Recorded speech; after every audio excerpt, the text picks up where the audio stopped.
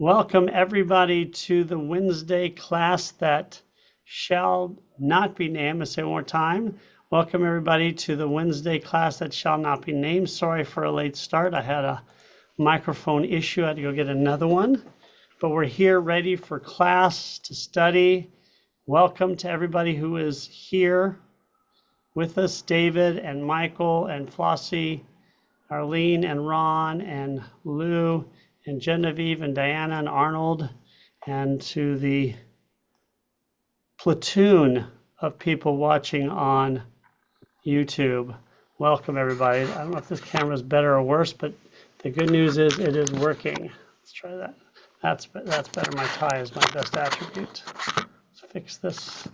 Okay. So what we're going to do today is we talked about moving on to more modern topics. So we talked about modern Jewish history and specifically American Jewish history. So I thought we'd now continue that trend as we talk about influential Jewish women, which is I think something Flossie had mentioned.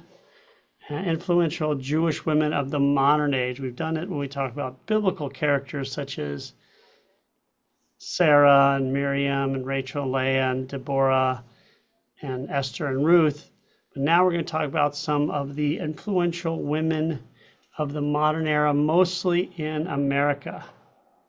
And it's an incredible array because obviously America has given more opportunities to people, although women have not always had the same opportunities.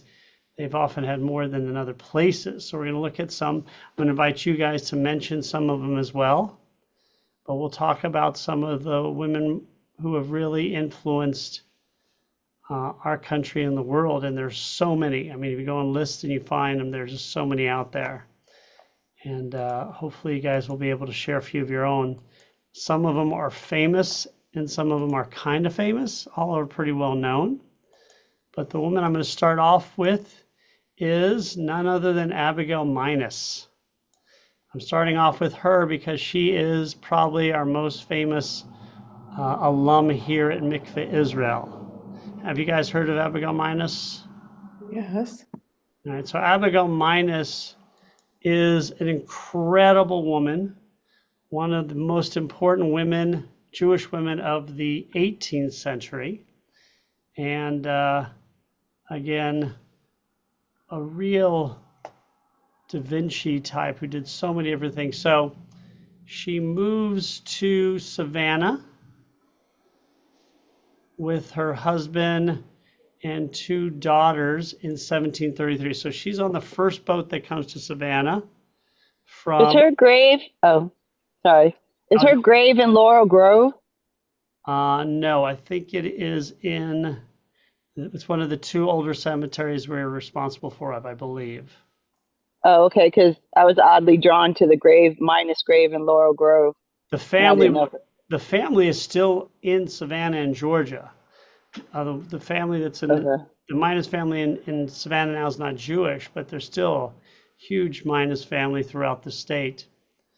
So she moves to Savannah. She's 32-ish with her two daughters and son, and she moves to Savannah, where of course Oglethorpe gives full rights to Jews, but obviously Jewish men. She has more kids when she gets here.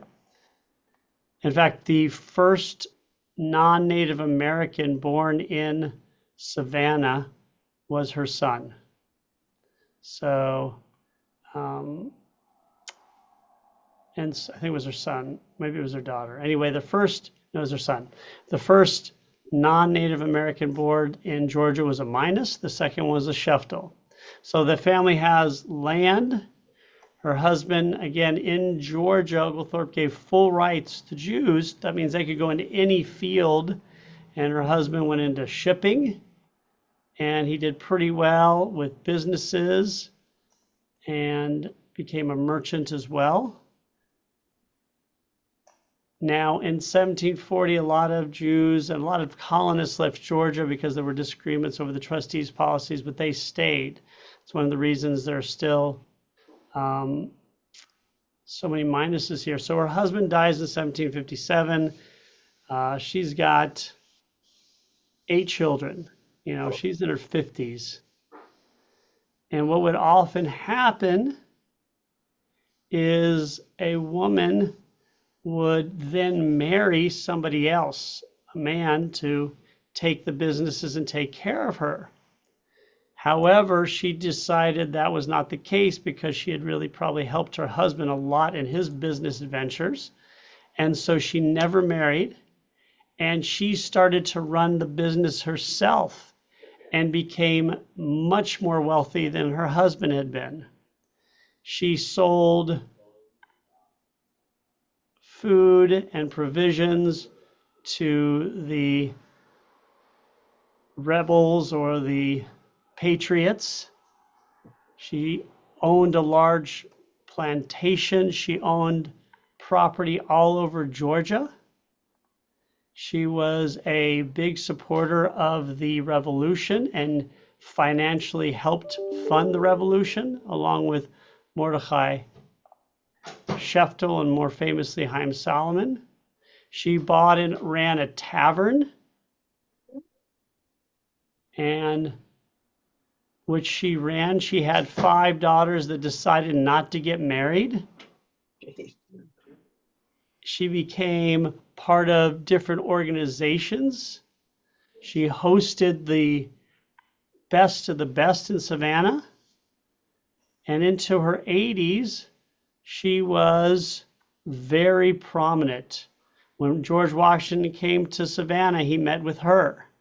So she died in her 90s, but the last 37 years, she was single and became one of the, if not the wealthiest women in the country.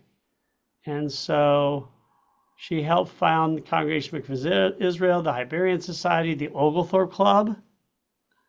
So, and her descendants went on to be very prominent in Georgia and still are today. The Minus family is very prominent, one of the first families of Georgia. And as I said, most of them are Jewish.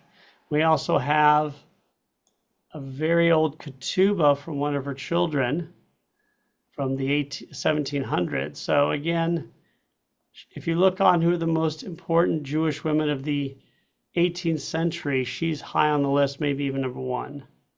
So again, she had connections all over the place, was well known, and even ran a tavern, which I don't think many women owned and ran taverns. And again, the taverns were what was going on in the taverns. It's where pirates were coming in. It was on the by the where the shipping was. So pirates and merchants, and it was really probably quite an interesting life, and living all the way to her 90s in a time period where most did not. So wanted to just start with Abigail Minus because her life is pretty incredible, and because she's connected to our congregation. And any other thoughts on Abigail? All right, so let's go over some.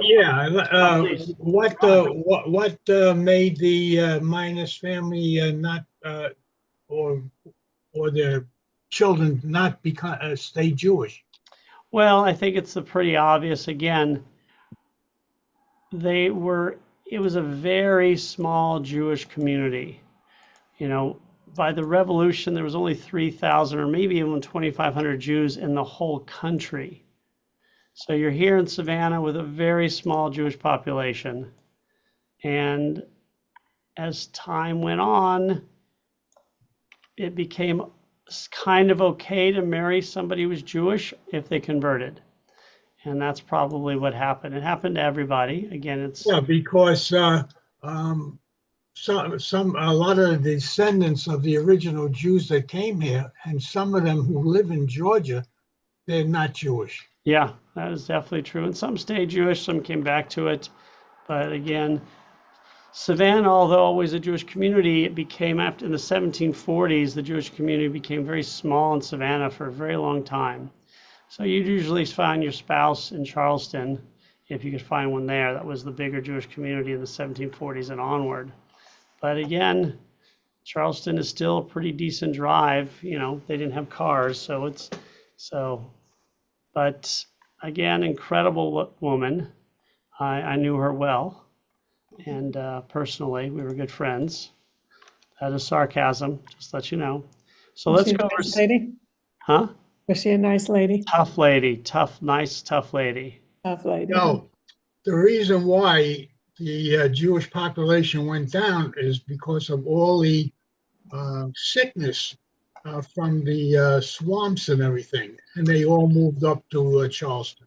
Some moved for Charleston And for the never came swamps. back. Yeah, and some moved because there was some issues with trustees' lots, and some moved because of a lot of moved because there was a war between Spain and England called the War of Jenkins' Ear in 1742. So all the Sephardic Jews moved, some came back. Savannah was a kind of a small little provincial town for a long time. So Wasn't the war involving Spain a factor because of the fear of the Spanish Inquisition that being was brought? yeah, that was the main reason that the Sephardic Jews, most of the Jews here were Sephardic. There were some Ashkenazic Jews, but all the Sephardic Jews left because of that, because of the fear of the Inquisition. Of two of Samuel Nunez's children did return and become very prominent years later. But yeah, most left.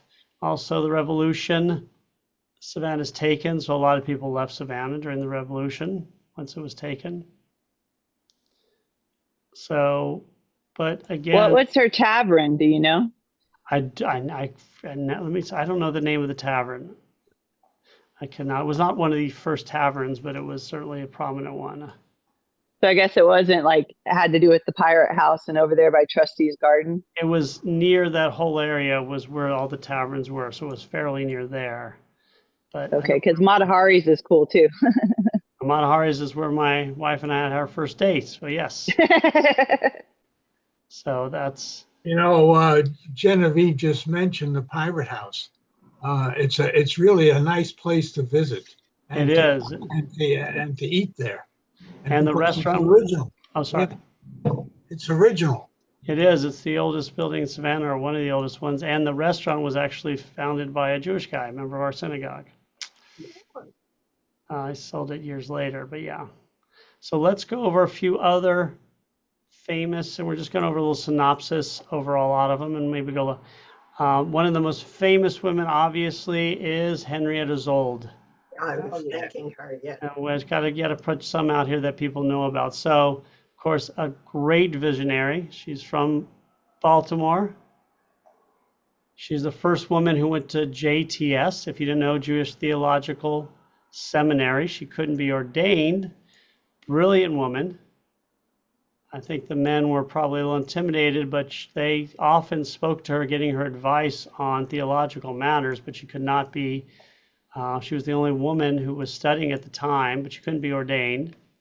But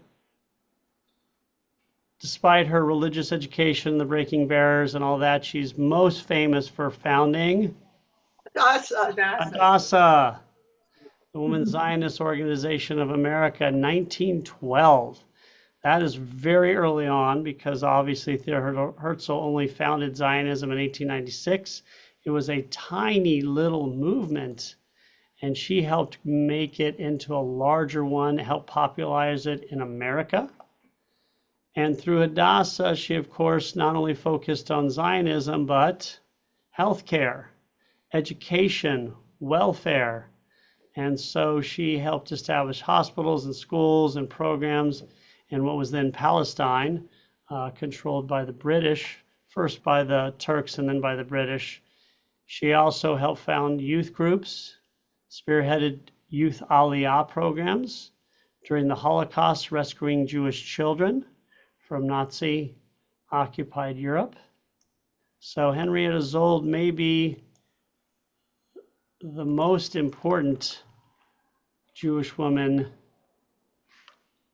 She's up there of the 20th century. She could easily be number one because her influence is undeniable. Hadassah has been the leading Jewish women's organization for over 100 years now. Popularity goes up and down, but again, she was brilliant apparently. Her father was a rabbi, who probably educated her a little bit more than others.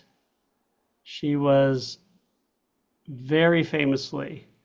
Now, if you study Talmud, this is probably the most impressive thing she ever did.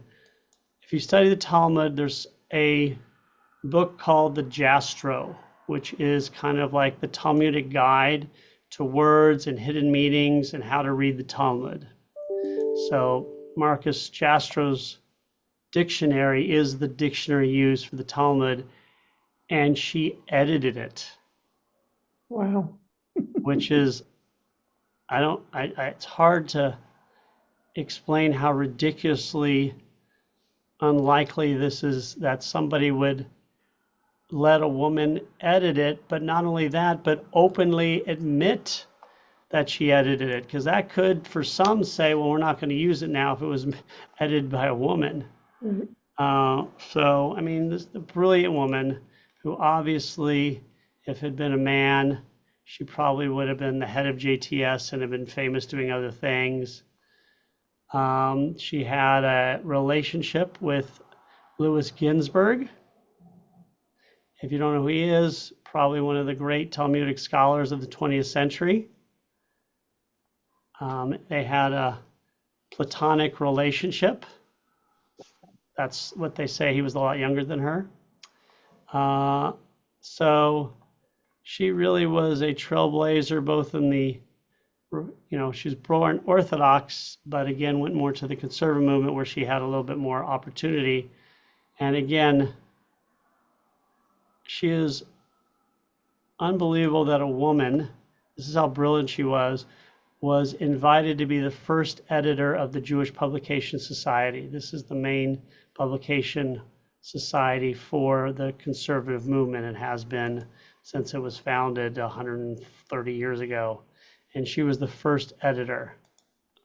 So, and a diehard Zionist from almost the time Theodor Herzl gave his first speech. So, again, famous for being the founder of Hadassah and for activism on education and health. But again, she did a lot of other things that she is not as famous for.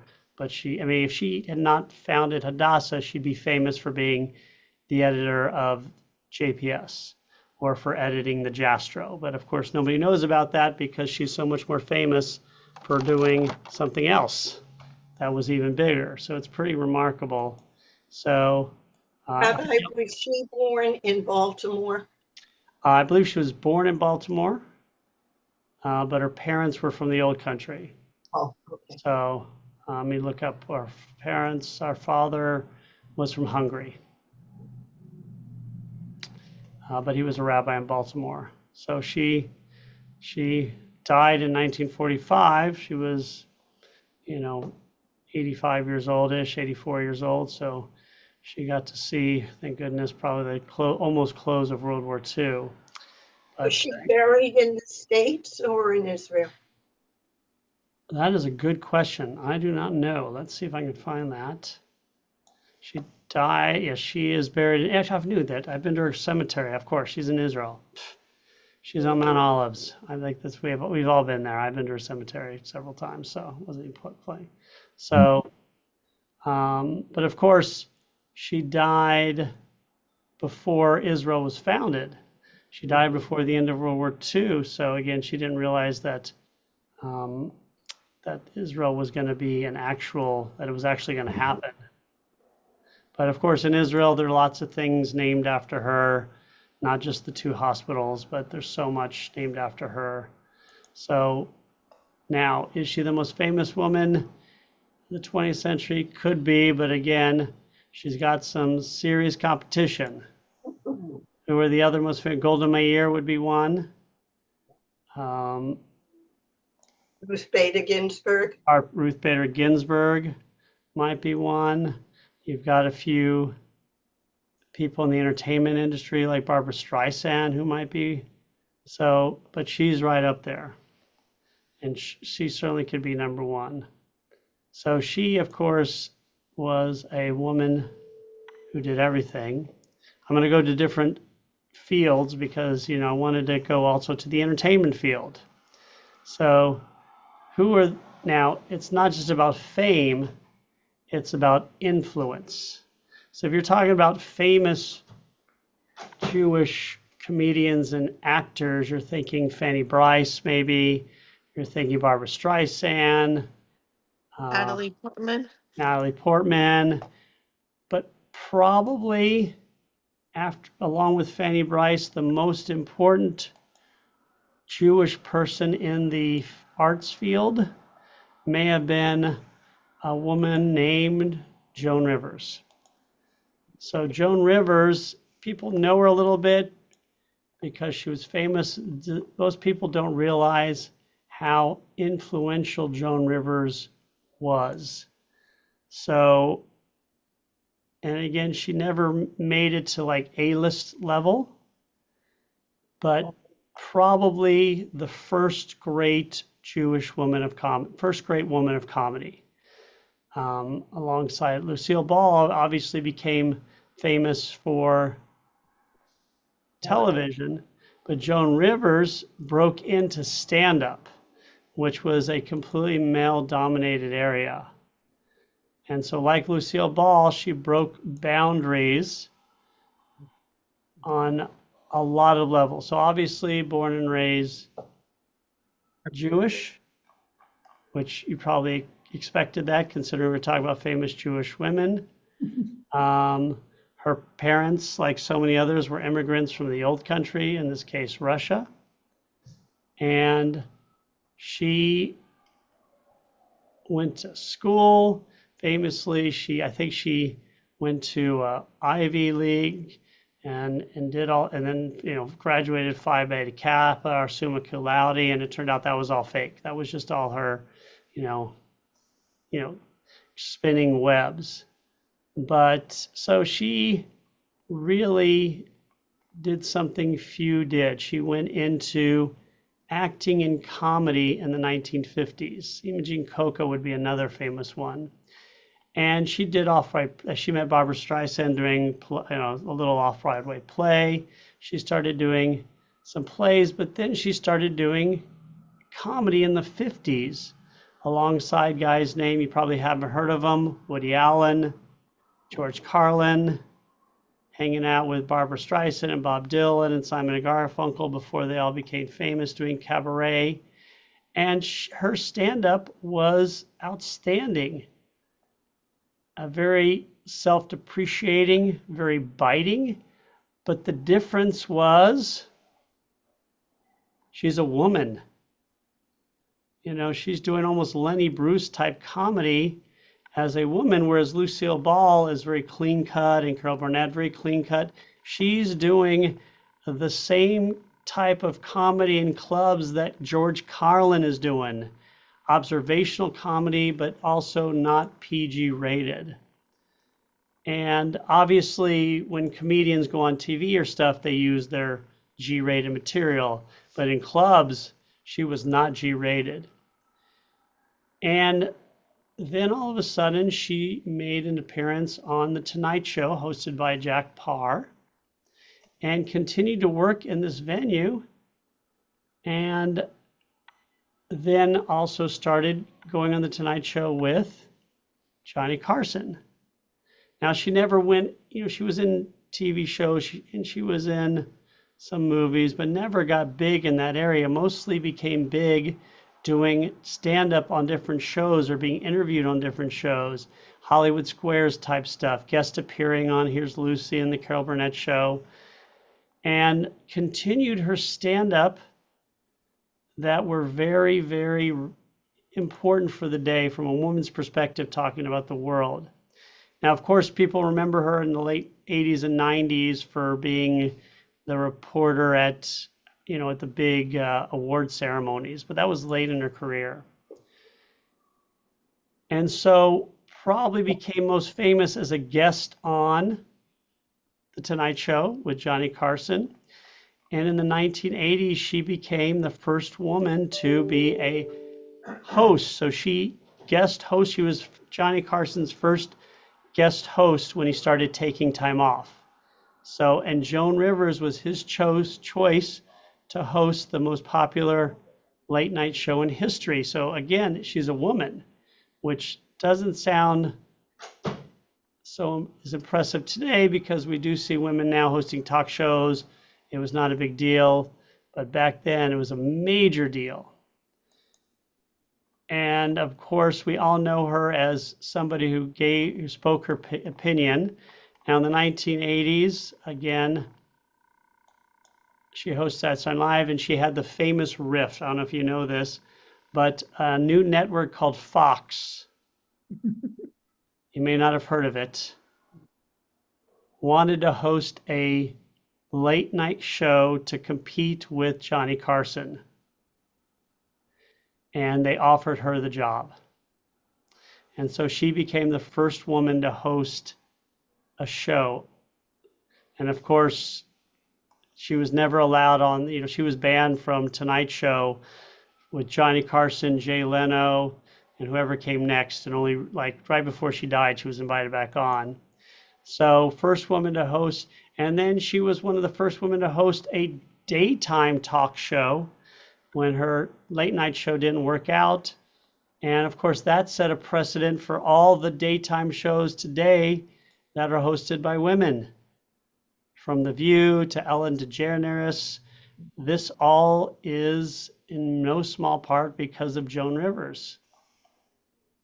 And then of course, late in her career, as I mentioned, she started being the person who was, what do they call it, the reporter, at all of the award shows. So again, not as famous as some of the others, but much more influential, kind of like Lenny Bruce. Lenny Bruce is not as famous as Bob Hope or George Burns, but he is probably the most influential comedian of the 60s and late 50s.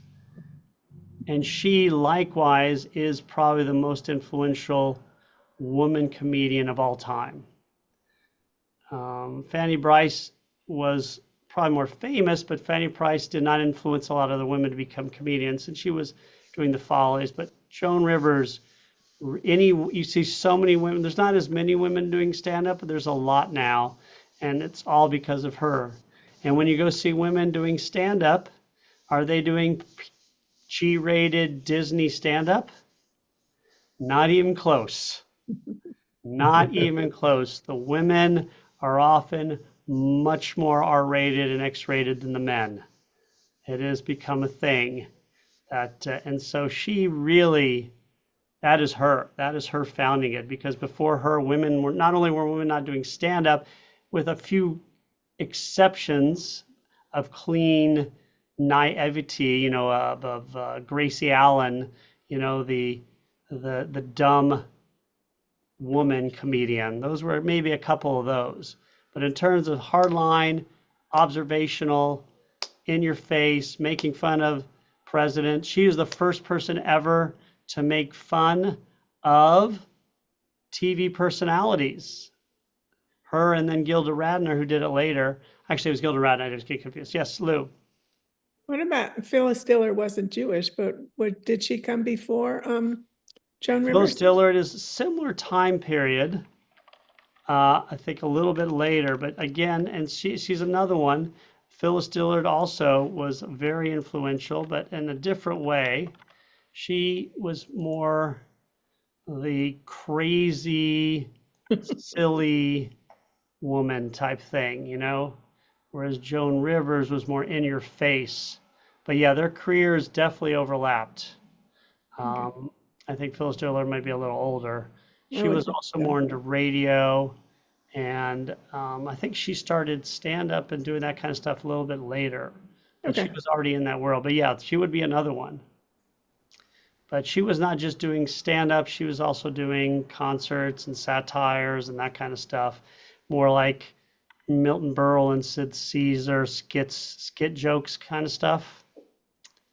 But she also was one of the first women booked on Jack Parr's Tonight Show as well. Mm-hmm. I think she would be up there as well. Was she not Jewish? She's not Jewish. No, I looked it up. She's not Jewish. Well, she's Jewish-esque. She seems to be. She has a soul. Yes, she's Jewish soul. That's right. She's a Jewish soul. But she was also another woman who, she's kind of like Joan Rivers. You know who she is, but you're not sure why she's so famous. Joan Rivers is the Lenny Bruce Yeah.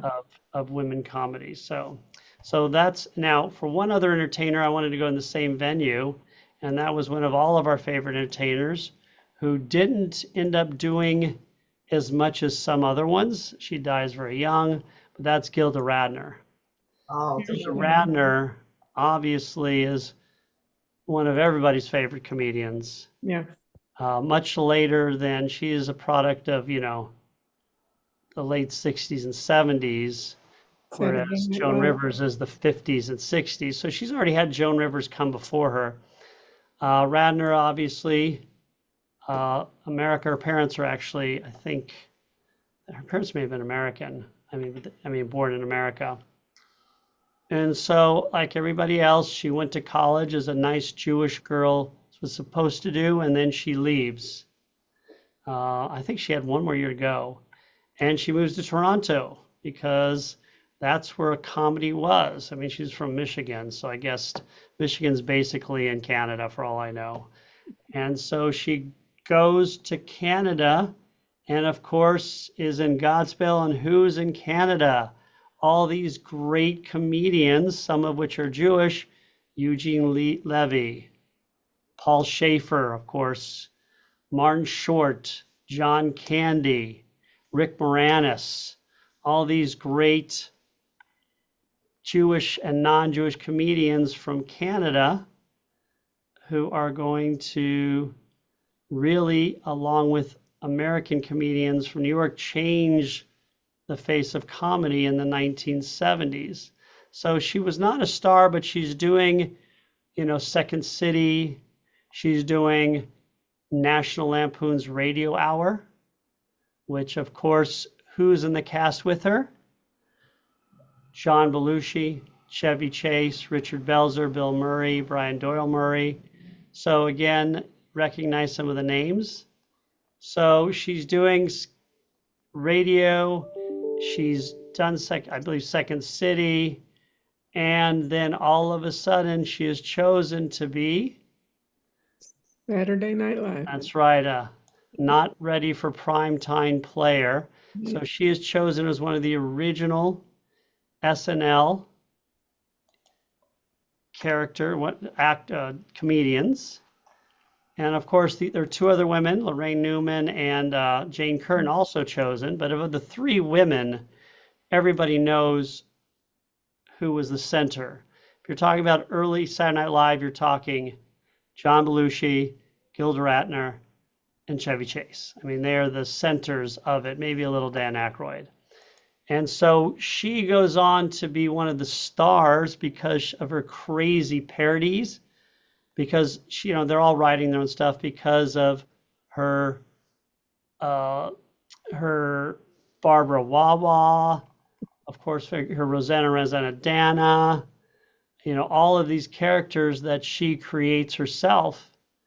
And so even though, she's on for a couple of years, and she's the first, she makes fun of everybody like everybody else. So again, she is the female crazy comedian that everybody loves. She's the woman who's being batted around with the guys. She's the physical comedian where women are not supposed to be physical comedians except for Lucille Ball. So she becomes one of the stars. And she's even offered her own primetime variety show, and she turns it down because she doesn't want to leave SNL. But then a year later, Lorne Michaels and everybody leaves SNL for a couple of years. So her fame is really centered on these few years on SNL, because afterwards she does a few movies. Most of them are not, either vary from bombs to moderate success. She made a joke that the worst movie she ever saw was Ghostbusters, because it was hard to see every single guy she ever dated in the same movie. She dated Bill Murray, Dan Aykroyd, and I think Harold Ramis. So, and then of course, she did some movies. Her best success after SNL was Broadway. She did some really famous shows. And then, of course, she did some movies. almost all of which were not successful. The one that was probably the most was Woman in Red, but she did Hanky Panky, Woman in Red, Haunted Honeymoon. None of them did well. But she did meet her second or third husband, which of course was Gene Wilder, where she did a couple of movies with him. And of course finally she had a really good relationship. But then what did she famously happen to her? She ended up with, of course, cancer. And of course she went out and promoted the fact that she had it. And there are a lot of different organizations that owe a lot of funding to her. And even to this day, her name is synonymous with fundraising for cancer. So again, short career, died young, but an incredible woman. And again, just with her and Joan Rivers kind of in the same kind of breaking barriers. Any thoughts or questions? How many of you enjoyed watching her on Saturday Night Live? You guys, some of you may have seen her when she was live. I only saw her in reruns. I was not allowed to watch Saturday Night Live in the 70s, I don't think. I wasn't even alive. She had a one-woman show. Who in the world we're talking about? You know Yes. what? You Yeah, young people don't realize what you missed. Yes. I want Yeah, to tell you, especially the big bands and dancing with Now your you're whole, really going back. Now you're going a little Ron. farther back to Saturday Night Live, Ron. Hey, Ron, that's even before I was. But I was born. thinking about when I was a child. I was thinking about when I was a child watching the Ed Sullivan Show and seeing Joan Rivers and Phyllis Diller and how scary they were. You know, they were really so funny. They were forces of nature.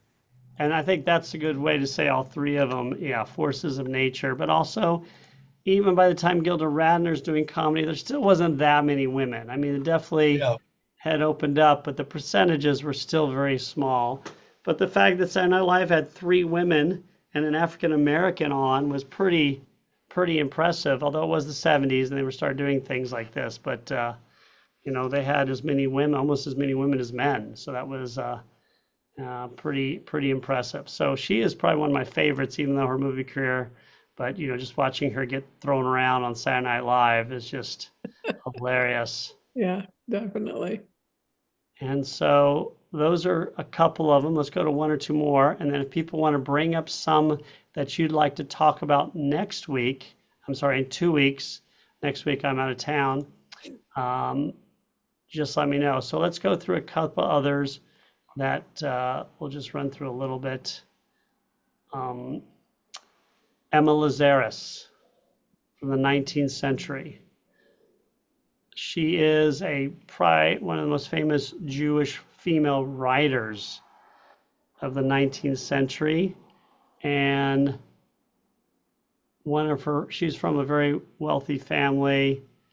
And she wrote a lot of poetry, a lot of essays connected to identity, oppression, Zionism, Jewish self-determination. But she's most famous for a poem that is known to everybody. Give me your tired, your poor, your huddled masses yearning to be free. And those are the words that were placed on the Statue of Liberty for people coming into the country to see, which was obviously a very impressive moment, I assume, for her. So if you haven't heard of her, it's an interesting thing, Emma Lazarus. On the field of sports, there was a woman named Bobby Rosenfeld who competed in the 1928 Olympics in Amsterdam, and I think won like 5 or 6 gold medals. You gotta look up how many, which is really incredible. But if you want to look up a famous Jewish athlete, one of the most incredible ones was Agnes Coletti. I don't know if anybody's ever heard of her. She was a gymnast. And her career is unlike anybody else's career in history of sports. So Agnes Coletti, I think it was started as Klein. She's in Budapest. So she's born in 1921. So you can already see where the ominous issues are going to come. So she's born in 1921 in Hungary, and she is a gifted Olympian. I'm gifted gymnast. And she is Hungary's top Olympian, or one of their best Olympians and gymnast for the 1940 Olympics. But of course, we know what happened. The 1940 Olympics are canceled. She's about 19 because of World War II. She's kicked out of her gym club and is, of course, in Europe during World War II. She marries a non-Jewish gymnast, hoping that would save her. And what saved her was she bought fake papers and went into hiding and was saved by Karl Lutz, who saved was a Swedish diplomat who saved a lot of people like Raoul Wallenberg. She lost her whole family basically in World War II. And just, again, a very sad time. You know, she was one of the people who was collecting bodies at the end of the war. She was a cellist and was a professional cellist. But then after the war, she went back to gymnastics. So this is 1948. Now, she was born in 1921. So 1948, yes, Lou. She was a gymnast and a cellist? Yeah, exactly, yeah. Oh, gosh. Okay, go ahead. So she qualifies for the 1948 Olympics at 27. We can remember gymnasts are finished by 19. So she's the oldest gymnast, and she injures herself and she can't compete in the 1948 Olympics. So, but she continues competing internationally. And then in 1952, at the age of 31, she earns 4 gold medals. Wow. I'm sorry, 4 medals. We're not 4 medals, I think 1 or 2 golds. But she's 31 years old. Most Wow. gymnasts are 18 or 17, and she's gone through the Holocaust. Wow. And then she wins 6 medals at the 1956 Olympics at the age of 35, Wow. including 3 golds. And she is the oldest woman ever to win an Olympic gold medal in gymnastics. Wow. And then what happens in 1956? The Soviets invade Hungary and she escapes to Australia Wow. and then eventually moves to Israel. And she ends up being a physical education teacher in Tel Aviv for a very long time and worked with the Israeli national team. And then went back and forth to Hungary as well. So this is an incredible woman as a professional cellist. And then she died in 2023, breaking another record. Wow. The record she broke was being the oldest ever Olympian. So what does that mean? Olympic champion. That means she's the oldest person who's Olympic champion. Not that she was the oldest person ever to win a gymnastics medal, but she's the longest living Olympic gold medalist of all time. So she lived 102. So, and this is a woman who survived the Holocaust, hiding, survived the invasion of the Soviets, competing in her mid-30s.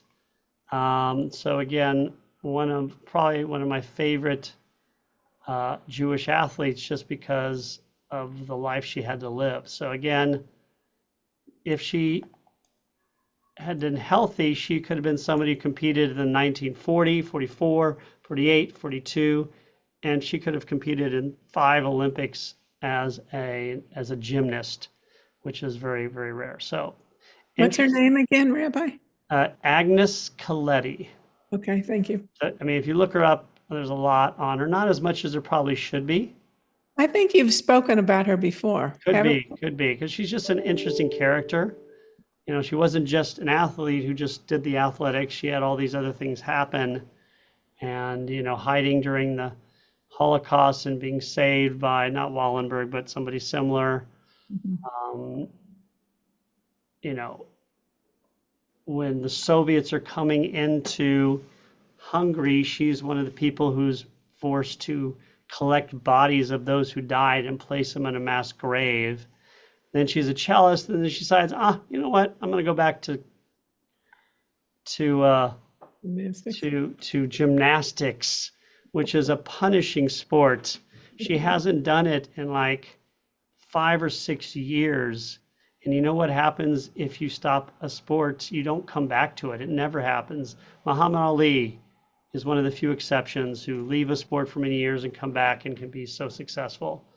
So she comes back and becomes one of the greatest gymnasts of all time, even though she missed the Olympics at all the years she should have probably gone. So that's Agnes Coletti. So as for others, we'll talk about some other Jewish women of the modern age. The modern age going back to the 18th century, 19th century, 20th, 21st century. I invite you to bring some you would like, because there are so many. I mean, we're talking, you know, there's some famous ones like Gertrude Stein, obviously, or Emma Goldman, but there are others that are not as well known. We'll talk about some of those as well. Kind of mix it between the famous and the not famous. Golda Meir, you know, and Judith Resnick, who's not as well known, but, you know, if you're an astronaut, that's pretty cool. Brought up this Agnes Coletti that's not from the United States. Could we bring up under famous women Anne Frank? Yeah, Anne Frank is obviously the most famous of all, and that's why I didn't say Henrietta Zold is the most famous, because it's obviously Anne Frank. So definitely Anne Frank. She's number 1 on every list. So we can definitely talk about her. She's a lot more famous and her story is well known, but we can certainly talk about her. But we'll talk about whoever you guys want. But mostly, a lot of them are Americans because America gave a lot more freedoms, but not all of them. You know, obviously, you know, a lot of Israelis with Hannah Senesh and Golda Meir, the 2 most famous. So before we conclude, next Wednesday, we do not have class, just to remind everybody. And this Sunday, we have the concert to sponsor Camp Lighthouse, the camp for kids. So this way they get to go to camp for a week for free, which is a fabulous experience. So the concert is a fundraiser for it. That's this Sunday. Any other announcements, Michael? All right. Well, we want to wish everyone all the best. Congratulations again to Arlene, who we had a wonderful Woman of Valor. Woman of Valor event a week ago. I thought it went splendidly well. I think it's an honor more than well deserved. So Mazel Tov again. So we will not see you next week, but we'll see everyone in 2 weeks on the Wednesday class that shall not be named. Everyone have a good week, and if you're going on vacation, have a good vacation and safe trip there and back. You too, safe travels. Take care, everybody.